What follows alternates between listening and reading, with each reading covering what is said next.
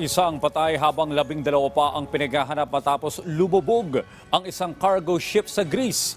At Pope Francis ibinunyag na meron siyang lung inflammation. Si Joyce Salamatin sa sentro ng balita. Isa na ang kumpirmadong nasawi sa lumubog na cargo ship sa karagatang sakop ng Athens, Greece. Galing sa Egypt ang barko at patungo sana ng Istanbul. Sa report ng Greek Coast Guard, nagkaroon ng mechanical failure ang naturang cargo ship. Lula nito ang 14 na crew, isa ang nailigtas sa tulong ng rumisponding helicopter. Sa ngayon, patuloy ang search and rescue operations sa 12 pang nawawala. Ibinunyag naman ng Russian military na mahigit 20 drone mula sa Ukraine ang kanilang napigilan.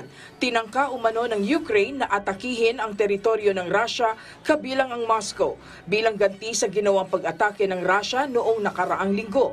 Ayon sa Ministry of Defense ng Russia, 24 na Ukrainian drones ang kanilang nasira na dumaan sa teritoryo ng Moscow, Tula, Kaluga, Bryansk at Smolensk. Wala namang nasaktan sa nangyaring pag-atake. Ipinagbigay alam naman ni Pope Francis sa publiko na mayroon siyang lung inflammation.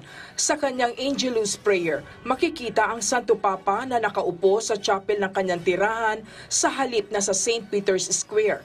Ayon sa Santo Papa, nakitaan ng mga komplikasyon ang baga niya matapos magkaroon ng trangkaso.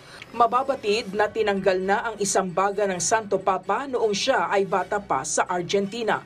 Sinabi ng Santo Papa ang balitang ito sa harap ng nakatakda niyang pagdalo sa climate conference sa Dubai sa December 1-3, kung saan inaasahang magkakaroon siya ng halos isang buong araw na bilateral meetings kasama ang world leaders na dadalo sa event.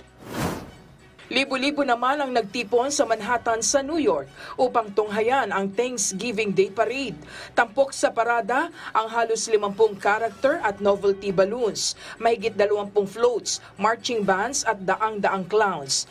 Nagtapos ang parada sa pamamagitan ng pagpapakawala ng mga confetti bilang hudyat ng papalapit na holiday season. Joyce Salamatin para sa Bayan.